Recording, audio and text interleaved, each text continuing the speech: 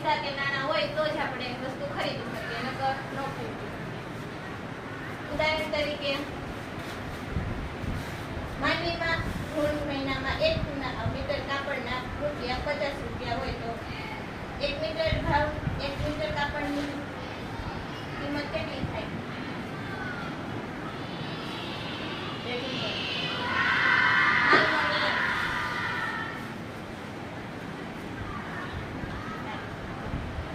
જો અન્ય પરિબળો યથાવત રહે તો વસ્તુની કિંમત વધે તો વસ્તુની માંગ ઘટે, અને વસ્તુની કિંમત ઘટે તો વસ્તુની માંગ વધે. વસ્તુની માંગ